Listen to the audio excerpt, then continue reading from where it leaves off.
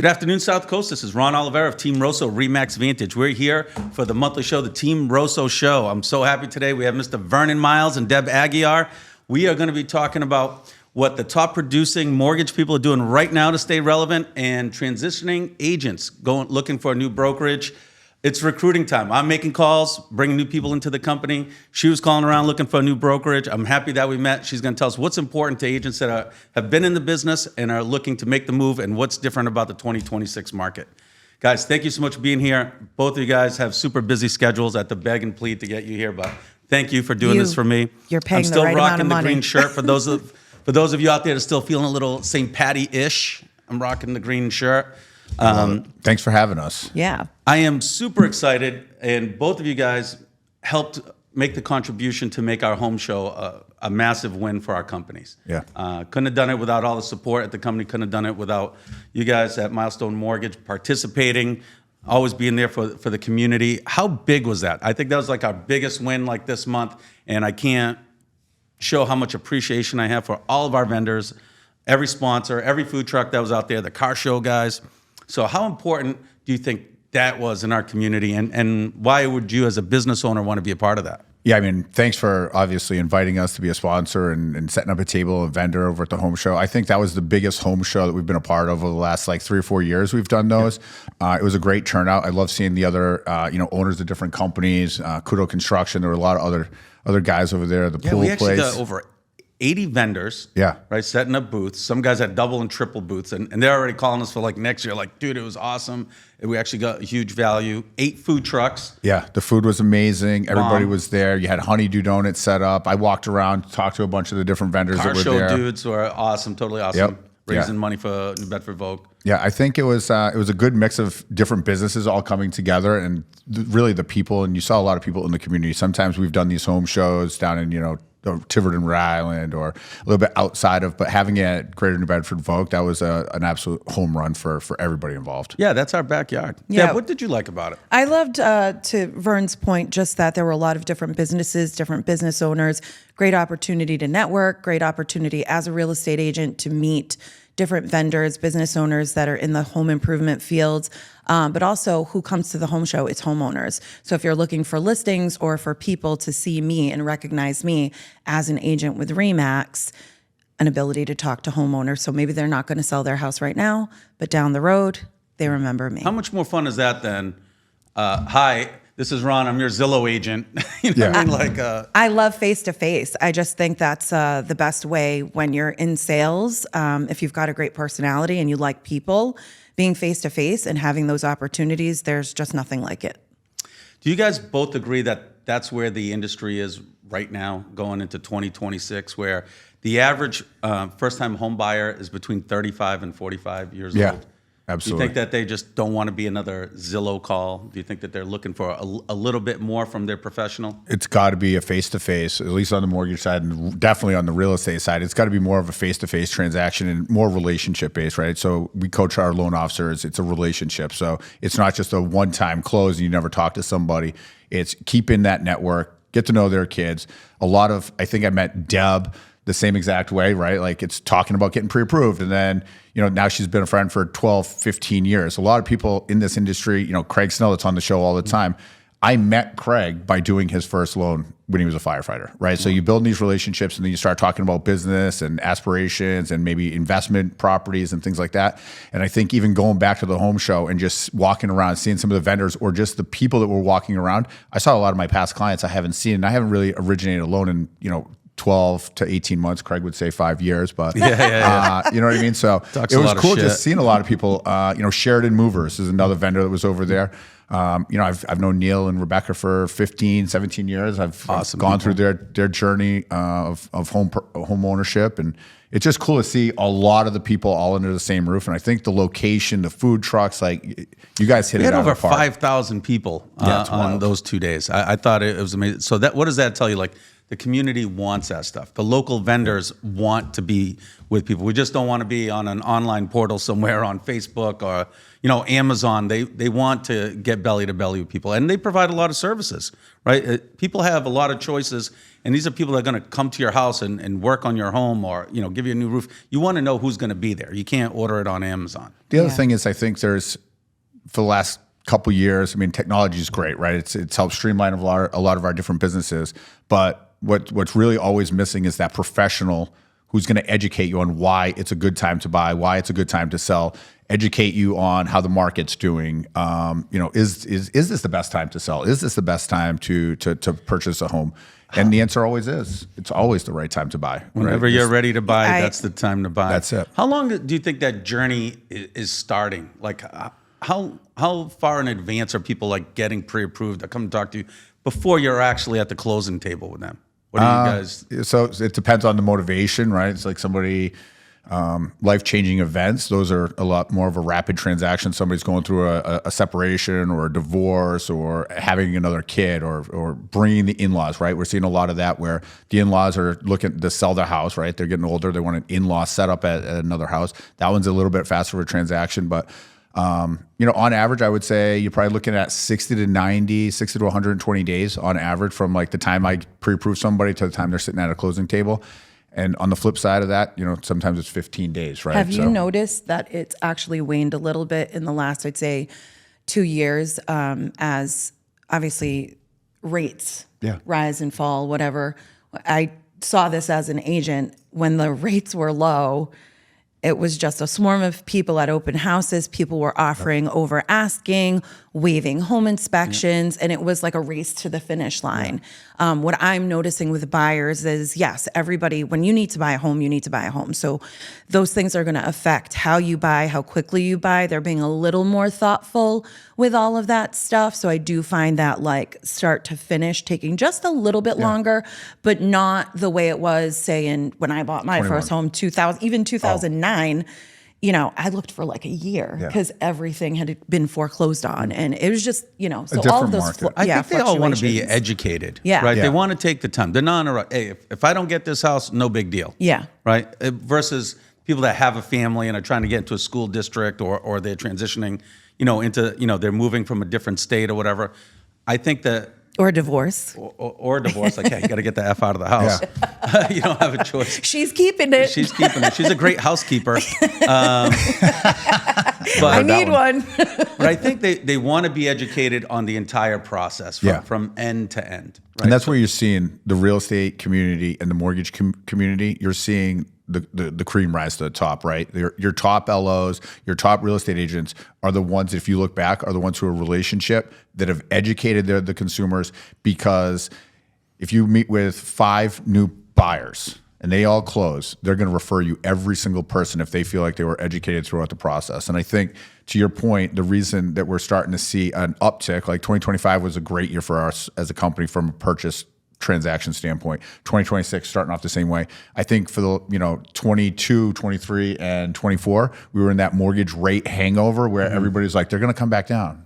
And then 6 months went by and they didn't. And then a year went by, 18 months, and I was like, hey guys, we're not getting back to the 2s and 3s, so let's just get past that. Let's close at 6% now. And if it goes to 5, refinance. Like, you can look at doing things like that. I think that was a younger market, right? And that's where the market's changed. So first-time home buyers, I think they were probably like 10 years younger. Yep. When money goes down to like 2%, anybody can buy a house. And why wouldn't you take the chance? Yep. Right? You're paying rent. Yeah. I could buy a house for the same money. The math works.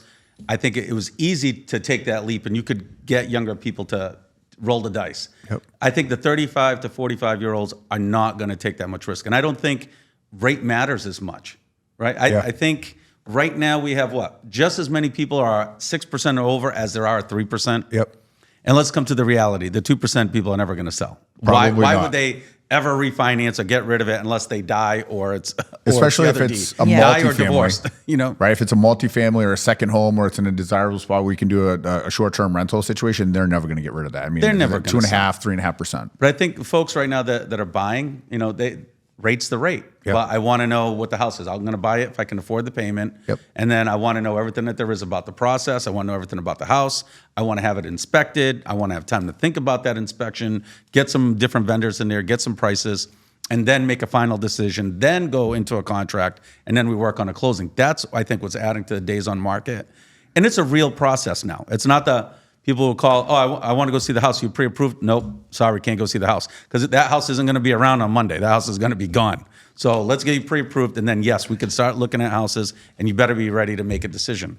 Not a great process during COVID. Correct. There's a sweet benefit to that, to your point. When we're given that amount of time, you're building a relationship with the person, that you are walking through that and you are able to educate them from everything. And I do remember you processed one of my loans and you were so good about talking to me about the difference between putting X amount down or this amount down, and talking to me even about, as a consumer, my debt at the time. Yeah. And you were like, look, if you pay this down and pay this down with the proceeds you're going to get from house one. So just all of that lends credibility to you as a salesperson, you as an LO. And I refer business to you because I know that that's what folks are going to get when they go to Milestone. Yeah. And I did not even know that Vern Daddy over here did your mortgage. Like she says, oh, I'm He dealing with has Vern. I peeked love Vern. under I'm like, the yeah, hood. everybody loves Vern. Oh, no, and I'm Vern. like, well, you guys actually did business together. Oh, yeah. That's There's awesome. a lot of transactions out there I've done business for, and Yeah. it's really, it tells a lot about the person I am. Sometimes, like, it does come across sometimes like I'm a bad person, right? Like, everybody has bad days, you blow up, but really controlling that consumer, that home buyer, and treating them like it's their first time. Like, Yeah. when you do So this personal. 200, 300, 400 times a year for somebody, like transactions, you kind of get transactional, and you have to pinch yourself and say, you know what? This is Deb's first time buying a home, or she's selling her first home and she's buying a second home. This is a big move. She's upgrading from I'm just making this up, I don't remember, two bedroom to a 4-bedroom, right? She's added 2 kids and she's got this going on. Is to really just remind yourself, she doesn't do this every day. And I think that's where, like, a lot of, real estate agents, title companies, like, that's one of the things I stress on my closing attorneys is just remember, guys, I know you have 85 transactions the last 3 days of the month. This is the first time these guys have ever done that. Let's make it an experience, right? Like, let's get those pictures. Let's make it a memorable one, because you're the last person that they're going to see in the transaction. You have a bad closing experience, it falls back on me, and I did everything I could the right way. And that's the only thing they remember, because it was at the end. And those people are getting peppered for refinances, everything all the time. There's always somebody else in their face. All these big companies emerging. Why? Because they want the database. Yep. It's not so much about the loan this time. It's the loans for the next 10, 20 years. It's the referral database. business, they want all of that. They want the database. That's why you see the merger of these. It's not that there's so much money in real estate. No. It's the money is in all of the business and the future business. Yep. So let's talk about that, both of you guys. So 2025, as a business owner, best year ever? Yeah, as a business owner, we eclipsed 600 million in total volume. I would say 95% of that was purchase transaction. There wasn't a lot of refis taking place in 2025, unless those life-changing cases, death, divorce. Yeah, the debt. 2 Ds. death or divorce. So we had a great year from a company standpoint, but one of the things that we're proud of it as an executive team is all of our loan officers all increased. Every single one of them increased their business by 20% or more, right? And that's all purchase transactions. All of the top people? From all the way down. If you were with us for more than 6 months, you did more. If you were in the organization. If you were in the organization. So after like 6 months, I mean, you're looking at Steve White's, the Rob Serpers that and Bobby Zahner, Rosemary Aruda. I think I know those guys. Those guys all had monster years, right? And then you have somebody like a Craig Snell, another $125 million year. And we just get used to saying that. It's like, yeah, Craig's a $100 million guy. It's like, there's only a handful of $100 million guys in mass, never mind like in the whole entire country, right? Like, and his goal this year is 200 million, right? And then there's a lot of people in the office that are my goal is 40 million, 50 million. I just sit back and I'm like, how the hell do I make sure I have the support and the operations and everything else set in place to get there? I was going to be get able that. to do that. At some point, did you say, hey, I got to take a step back to make sure that these guys have everything that they need? Yeah, that's a full-time job. That really is. It's not like, hey, I'm still going to be over here doing loans, and I tried that. You have to take a step back, right? Yeah, I tried that, and then and I'm just using Deb as an example. She's sitting here. Deb works with me for 5 years, and then I get the phone call, probably about 2 years ago, and it's like, hey, Vernon, everything okay? I'm like, yeah, why? Hey, I referred this client to you like 2 days ago, and you haven't called him back. And I'm like, you have 2 of those calls come in, 3 of those, and you're pinching yourself, and you're having a come to Jesus moment. And you walk in I walk into Craig's office, and I'm like, I need to turn this business. Like, I need to somehow transition my business partners, my past clients over to you because this is not the standard that I've set for myself. And there's no way I can keep up doing that and coaching the loan officers or recruiting, right? Like you talked earlier in the show about recruiting. It's like 50, 60% of my day is now recruiting. It's just talking to different loan officers, setting that seed, planting, and letting them know this is what we have to offer. And Thank you how for we're coming to the different. company, and then you're never going to see me again. Yeah, it's tough. I'm going right? to give you a great split, and then you're never going to see me again. Yeah. Great culture. Thanks for coming here. Yeah, and that's what we don't want to get to. I mean, we're well over 100 employees now. Our goal is to be at 200 by the end of the year, but we want 200 non, aggressive. No assholes allowed type mentality. Like just throw it out there. Like we want to keep the culture, but it's hard as you start growing your organization. You guys have just Team ROSO alone. Never mind the Remax. You guys are in that same boat where it's like, how do you make Deb feel like she's still part of the team on a daily basis, right? And it's hard. I have the morning huddles. Yeah, the he 5 a.m. texts me at 5 a.m. I love love that. it. All that's missing is a cup of coffee to wake me up. We're in the working morning. on that. No. We're going to get these things DoorDash delivered. the coffees. DoorDash now. But Deb, you've been in the business how many years? Over 10 years? This is my 10th year. Yeah. So the industry's changing. Things are moving around. The business is looking different. Maybe it's looking like the way it did like 10 years ago. So you start looking for a different brokerage. You start looking for different options. And I know we have some pretty persuasive people in my organization. that probably helps. But what some of the things that you're looking for that you think are going to help you, gain some more success, get in front of some more people, like as an agent transitioning into a new brokerage, what was important to you and what are some of the things that are helping you? Most importantly is culture. And yes, you have some pretty strong arming folks, Anna, who work for you. I don't want to mention who any names. is, Anna. listen, she's been my best friend since I was a kid and one of my favorite people on earth. So to get a vote of confidence from her and somebody saying that this is a great place, I would trust her, implicitly. So that was number one. For me, making the change, that I work full time. So this has always been a side hustle for me. I don't want to treat it like a side hustle because I do actually enjoy doing real estate. I love being in the thick of it. I'm a salesperson by nature. I love people, so I want to be around people.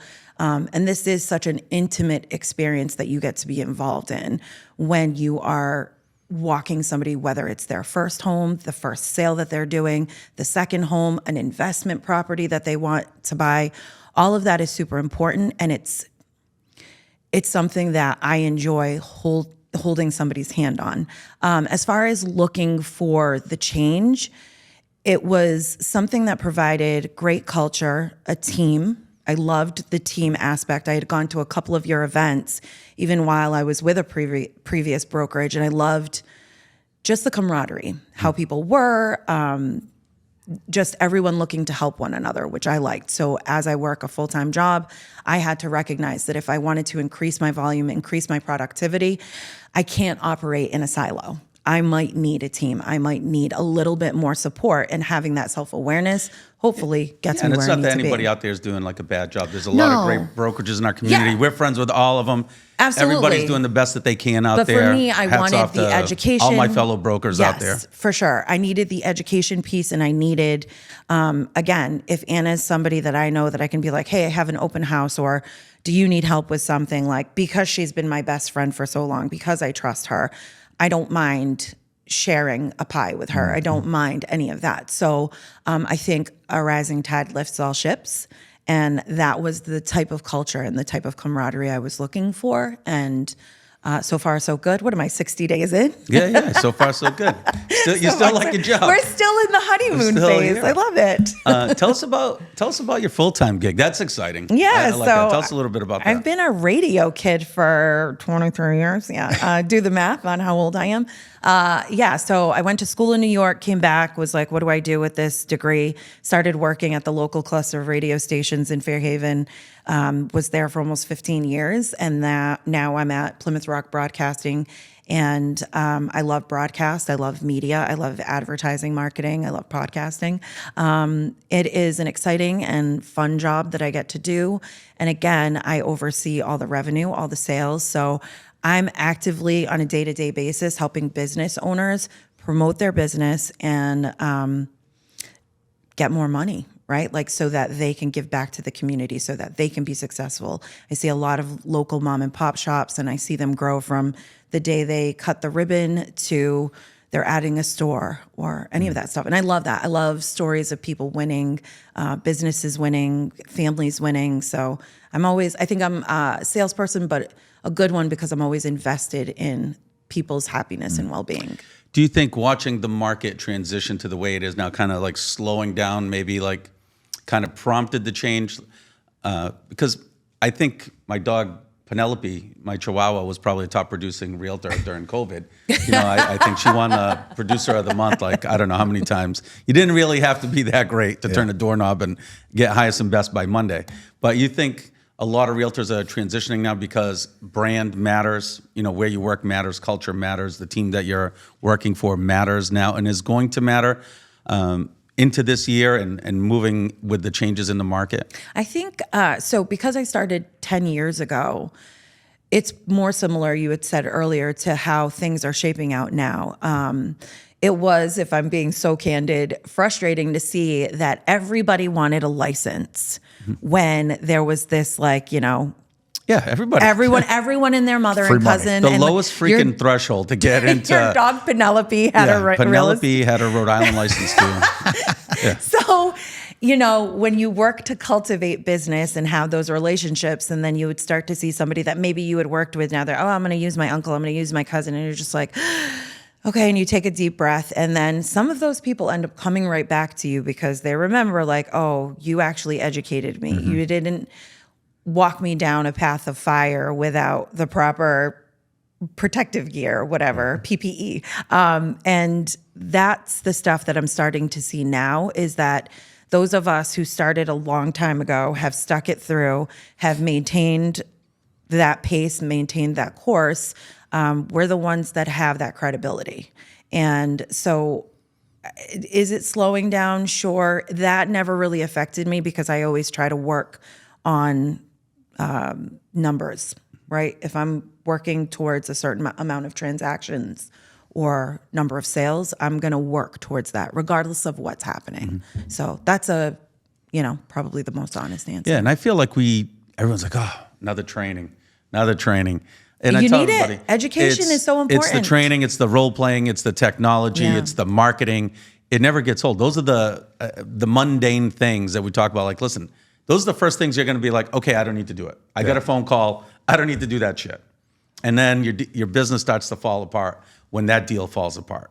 And I tell people, keep building your pipeline. Keep having conversations. Keep following up. Because if you have a really robust pipeline, that one deal, that some deals are going to die. They were meant to die from the day you brought them in. And now maybe you're going to be a little bit more selective and like, listen, I don't need grenades in my business. I know that this deal is going to blow up, so why even start it? Yep. Why even start the journey? That's why I want to talk to you a little bit. As a business owner, phenomenal job. Kudos to you and your organization. Yay, Vern. As a feel mortgage that sometimes. originator, what's some of the best advice you can give those guys right now that are starting out, or maybe they're in their third, fourth, fifth year, maybe they're not at Craig's level, but they want to grow. They had a decent year last year, and now they want to grow. What advice can the big dog give them to have a successful 2026? Other than just all your calendar management, Spend just all the- $50,000 a month on Zillow? No. I would say it goes back to the relationships, right? So you ask Deb, why did she join Team ROSO and all these things, and all of it great, right? Like, so if I was an agent on the outside looking in, I'd be like, all right, well, one of the key things that I hear from agents that are on your team is I always ask everybody, like, hey, how's everything going at this? How you doing over here? So I can get a beat on, hey, where can I call Ron and be like, hey, we need to help this out or something. And I always get the same answer. It's like, you have open houses this weekend. Deb's like, she's not the listing agent, you are. She's covering it. She's working those potential buyers. So a lot of the loan officers that I coach and I deal with, I'm like, guys, I used to be known as like the weekend warrior. I was at every open house. Like I would work 2-3 open houses a Saturday, another 2 or 3 on a Sunday, and just go that route, because then you're really building a relationship. I looked at it as I wasn't going there to try to get a transaction. I wasn't trying to get the buyer. What I was trying to do is build a relationship with the realtor for an hour and a half or 2 hours where I didn't have to buy him lunch and it cost me $100. Now, if we get some transactions out of it, I mean, I'd rather do the lunch now, but He must be taking me to lunch. I'm having Prosecco. right? Let's go. But I tell loan officers, get out there, go to those open houses. There is a lot of transactions in the way that you just present yourself, and just build that rapport with the agents, right? And that's one of the bigger things, is just getting everybody bought in on the real estate and the mortgage side, and it becoming a partnership, right? Like Milestone and ROSO.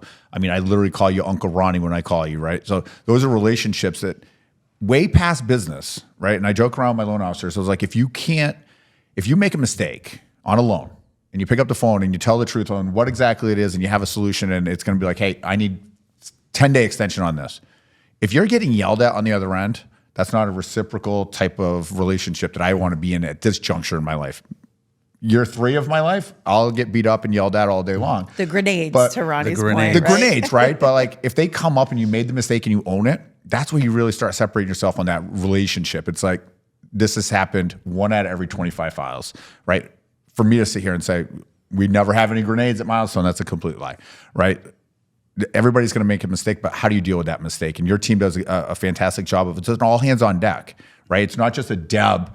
It's like, now she has a circle of people that she can pick up the phone and go, how do I handle this? Oh, this just came up. I've never seen this before. And I mean, not to throw you under the bus, but you've been doing this for a hot minute. There's not too many things you haven't seen. Right. You know how to fix these about problems. 3 decades getting right around to it. That's the biggest thing I coach the loan officers on, is just communication. If you have great communication and you keep everybody in the loop on everything throughout the process, there's no grenades at the end of the day, because everybody's got the expectation is set. Good, bad, or ugly. We got to talk about it. We got to Every get through it. It's a Tuesday. big decision. Every Tuesday. So I'll just throw everybody out that's watching this on Remax, Milestone. Every Tuesday, I instruct those loan officers to make calls to the listing agent, buyer's agent, with an update. Not a text, not an email, phone call. Appraisals due back Thursday. This is that. Is it okay if I call you every Tuesday between 10 and 12? You ever hear an agent say, no, I don't want you to call me with an update? No. Yeah, right. But now what you've done is you've stopped that agent from calling me on a Friday night at 4 o'clock when I'm at my kid's baseball game or something. They know when I'm calling. It's set.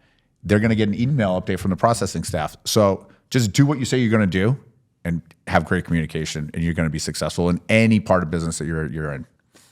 How about networking? We're good places for LOs and real estate people to network and get belly to belly. If you're new to the business, new to this area, what are some things that worked for you in the past? I mean, the home show that we just did, not to circle There back isn't on one stuff every like weekend. that. I wish there was. I wish it was in front of 5,000 people. I every would. weekend. So I'm working with an agent in Southern Rhode Island on a networking event, right? And he wanted it to be more set up as like a first-time home buyer. And I said, all right, why would we just go to first-time home buyers? So let's open this up for all home buying. So you can have investors, second home, first-time home buyers. Bring that whole group together, along with, he's in the real estate business, real estate, finance, insurance, home inspector, and let's just mingle around a room with 30 people, right? Like sitting down, old school. I mean, it works, but you're not going to be able to touch the masses, right? So I think those type of things. The one thing I also promote big, more recently than I have in the past, is what I call a pop-up party. And it's like, hey, you call agents or insurance people on Tuesday afternoon. You're like, I'm having a pop-up party at SoCo. Shout out to Mario and Jake. Having a little party at SoCo from 4 to 7 on Thursday. Love if you can make it. Let me know by tomorrow at noon. It doesn't have to be this big drawn out thing, big event planning. It's like, no, let's just go. Emails. Dude, it's wild, right? And you get 10 or 12 agents there, and they mix and mingle, right? So it's a good thing for somebody like Deb. Instead of calling around to 10 different brokerages, she trusts Anna. Maybe they meet there, right? So it's just a big circle of networking that you just create on your own. And you change that up. If you just did 2 of those a month, right? But you invite your title company, you invite team leaders from different companies. Maybe they share some ideas. Maybe they share some off market with each other. Like, there's just that type of networking on my space. It just makes sense, right? And how many times, if you and Deb aren't working at the same place, she's got a listing, you guys just ran into each other at a pop-up party, and it's a Milestone pre-approval, and you guys were just talking 4 days earlier at a pop-up party, and it's my pre-approval. We're probably going to get that offer accepted, or we're going to be able to do something to make that deal work for you guys to put together your first transaction. And I find that to be instrumental for newer agents to see, because they don't know how to network, right? Like, when you get really good at it, you can start, going to some of the bigger networking events that are in Boston or Worcester, that big real estate companies I are love it putting when I on. bring agents to that and they just stand in the corner. It's Like, what the hell are you doing, guy? Yeah. Like, how much more cocktail shrimp are you going to eat? Like, get in a room. You came here to meet people. Start talking to people.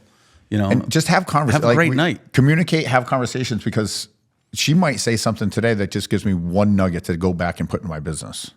You might say something, I'm like, damn, that's a really good idea. I'm not doing that. I'm neglecting that side of my business. Let me go implement that.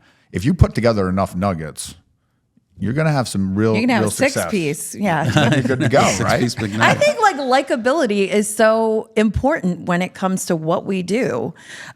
We talk about, trusting the person that you work with. And you mentioned like, if you have a grenade or an issue, if your LO calls me and is like, hey, I need a couple more days. If I like the person that I'm working with, of course, if I'm working with a buyer, I have their interests that I want to protect, but I'm more inclined to sit there and be not yelling at the LO on the phone, but have their back and just be like, okay, what do you need? I'm going to call my buyers and just say, we have to push this out 3 days or whatever it is. You're much more likely to be amenable on both ends of the spectrum.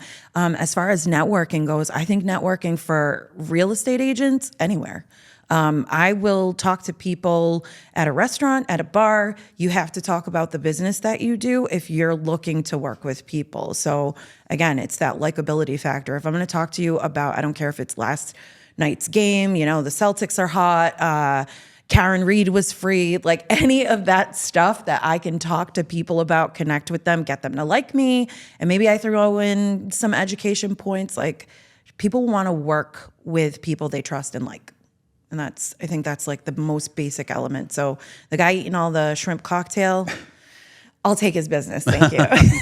And a shrimp. I mean, I coach one real estate team leader, and maybe the team a little bit. Every once in a while, I'll jump on a call with the entire team. And just seeing my engagement with that, and I'm not originating anymore, goes a long way, right? I think there's a lot of coaching that Deb could do to help loan officers, and loan officers could help Deb, just thinking a different way and strategically trying to go after clients. And I use this example because it's just fresh in my head. I coached her every week for about 45 minutes. I told her, I was like, this is what I would do. Like if I was if I was a consumer either selling or buying, this is what I'd be looking for, and this is the type of marketing plan I'd put in place. She put that in place. She had 3 listings in 5 days. Awesome. I'm like, can we just rinse and repeat at that point? Like just keep doing that until this doesn't work, and then we'll start adding different angles. But she would never have gotten that out of me, and I didn't even know it was in me. That wasn't advice I'd ever given anybody. I'm like, I would try this. It's $400. Let's go get some listings. But how many times do real estate agents call mortgage professionals up for listings? It never happens. And I realized that. I'm like, wait, time out. Like if I was an agent right now trying to build my business, what would I do to get myself out there? And I'm like, go try this, right? Diamond in the rough, just a little nugget. It could have backfired. She had great success with it. Now we're starting to build on that. And it's exciting to help somebody build their business because I know it's going to come back, right? Yeah. Like karma is a great thing. You're a big fan of that. And giving out turkeys and pies and everything you do for the community. Backpacks. Every nonprofit possible that can hit up Ron does. I'm like, Uncle Ron, I need some money. We need some money. Junior achievement, something's happening Santa over Claus, here. Pie Natal over here. Yeah, like you got to give back to the community. And I think the community is what pays us. We're both commission-driven businesses, right? We don't get paid unless there's a transaction happening. So people are like scared to talk about it. People are scared to innovate, make changes. I think ego is a lot of it in both of our industries. People are scared to ask for help. Yeah. Like, hey, I need training. I need help. Like, hey, I'm green to this stuff. And until they really, really hit a wall. And I think like that's what sucks. I'm glad there's 250,000 people getting out of the National Association of Realtors. Goodbye. Go back to whatever job you're at. Yep. All I did was create chaos. And the true professionals here, I think the evolution of our industry, I think people just need to ask for help like that, right? Yeah. You got a team lead, so she has people that are working for her. You know, you guys have some sort of business relationship, right? Yep. A referral-based business. Ask for help when you need it. You know, get the training that you need. Spend a few bucks. Get involved. Ask questions. And if she can get 3 to 5 listings and an extra 3 buyers out of that, that just helps out the loan officers that are working with her at Milestone, right? Like they're going to get that business. They're going to have the opportunity to go to those open houses and then start building on that, right? Like it's crazy to me that there's so many agents and loan officers out there, but how often do they call each other and like, hey, we should meet and just brainstorm about how we can help each other get business? Like how many loan officers, when you really look at it, could probably send a referral a month on a listing, but never do because no one's ever asked. Like I've been doing this over 20 years. I just had this epiphany about this. Like, what if I, as a loan officer, was out talking to people and asking them if they're looking to buy or sell? We leave that to the agent, and then it's like, all right, well, I'm out there looking for people. What's your interest rate on your current mortgage? You're looking to refinance? I'm hearing cash out, right? But those opportunities are everywhere, right? Like Every day. If I work really closely with an agent, I ask them all the time, you know anybody looking to refinance? Like, dude, rates are at I'm making this up. Rates are at 5%, right? Like they bought I don't want to blow a up year the phone ago. lines when you say 4%. You know what I mean? Yeah, we're not at 4%. Call somebody else at 4%. But if we also started looking for all other activity, I mentioned Kudo Construction earlier. Like, can you imagine if every single person that I ever ran into and I overheard them talking about needing a roof, I just sent them Jay's card or Derek's card? How many referrals does that turn into monthly and then yearly when you start compounding that? And it's wild to think because I just never thought like that until like recently. I'm like, there's a lot of businesses that we're associated with All the that ancillary, can yeah. all help each other, referrals. Some of our title companies, they're the best referral sources ever. Those guys just talk to everybody 24/7. Yeah, It's they're like, attorneys. Yeah, they run in multiple circles. They're referring everybody to every industry. I think there's always a better way to do things. And I think people should work on their business, ask some questions, get involved with different stuff, take different trainings, be open to stuff, like go to these conventions. There's always a nugget to get, right?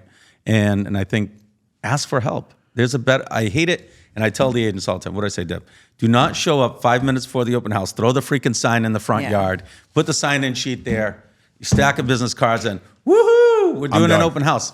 We're better than that. There's things that you can do to prepare. There's better things, like working with the neighborhood. There's so much business to get. You've been given so much responsibility.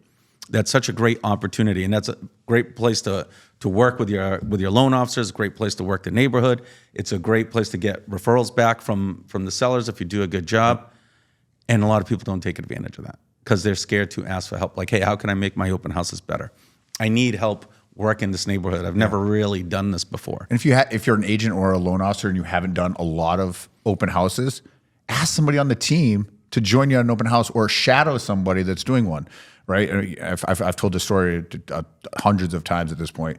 I have Steve White on my team, was at Verizon Wireless, comes over, and he says one line to every single person that walks in the door. And I'm like, God, I've been doing this for 20 plus years. If I would have had that line 19 years ago, I'd done a much different sport. Let me ask you, have you been pre-approved? Everybody says most likely yes, right? Because they're scared. They don't want to have that conversation. So they're reluctant. Awesome. Let me ask you another question.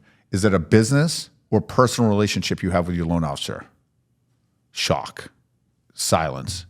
And then it's a business relationship. So it's not your brother or your uncle who's the loan officer. No. Well, this is the biggest financial decision of your life. Do you mind if I give you a second opinion after the open house? I'll give you my contact info. Let me get your number. Every time. Peasy. I'm like, because now you just made no? it not uncomfortable. Like, is it a business or a personal relationship? If they say, yeah, Ron's my uncle, you probably drop it there, right? Yeah, you're good. yeah. But Don't step on how your many uncle's people toes. are related to their loan officer? Not a lot. Or related to their realtor, right? Like, there's so much opportunity there if you just learn how to say a couple lines, and then it makes it uncomfortable. Role playing is huge. Like, from a coaching standpoint. Like, I don't need role playing. I've been doing it for a long time. But they're the worst ones when you ask them, like, hey, take us through this. Stuttering all over themselves. Yeah, all over the place. Show up with nothing. No presentation. No, I don't need that. I've been doing it for 20 years. But the new kid that's coming in is going to crush. Yeah. Is going to have a PowerPoint. He's going to crush that appointment. Data. When they say, we're going to meet with 3 agents. We still have 2 more interviews to go. You're like, man, I really dropped the ball. Because you can close it there and be done. If I've given you all the value that you need, you don't need to talk to 2 other people. Yep. But you want to talk to other people because I haven't provided that value. You didn't close them. You didn't sell them. Yeah. Yeah, it's not real about the close. There'll come a time to close, but I think the upfront, it's providing that ultimate value to them. The close will come when, I think it's probably like transactional, but I think the upfront in the interview, providing the utmost value, I think it sells itself. They're telling you what they want. They're telling you exactly when you go. They want to sell their house. Qualifying. Yeah, I want to sell my house. How fast can I sell? Get the most amount of money and get the hell out of here and move to Florida. Yep. How fast can you get them there? Guys, thank you so much for being on here. Ton of value, great interview, and I'm sure nobody likes to hear Vern and Ron talk more than Vern and Ron, and now we got Deb. Now we My got God, Deb. I've been suckered into the cult. Now we got Deb. She's in. She's in. Guys, how do they get in touch with you, Vern? If looking for a mortgage or want to be connected with one of your great LOs, how do we get in touch with you guys? MilestoneMortgageSolutions.com or on Facebook, Instagram, Milestone Mortgage Solutions. Deb, you want to sell some houses this year? Hi. Want to sell some houses? How do they get in touch with you? 508-496-5377, or you can go to the RE/MAX website and you can find my pretty face on southcoastrealtor.com, but 508-496-5377. Guys, ton of value from these two guests. Thank you so much for being on here. Thanks. Team ROSO Show. Like and share it. Watch it. Email us if you have any questions. Ron Oliveira, 508-733-5931. Thank you so much. Thank you. Thanks.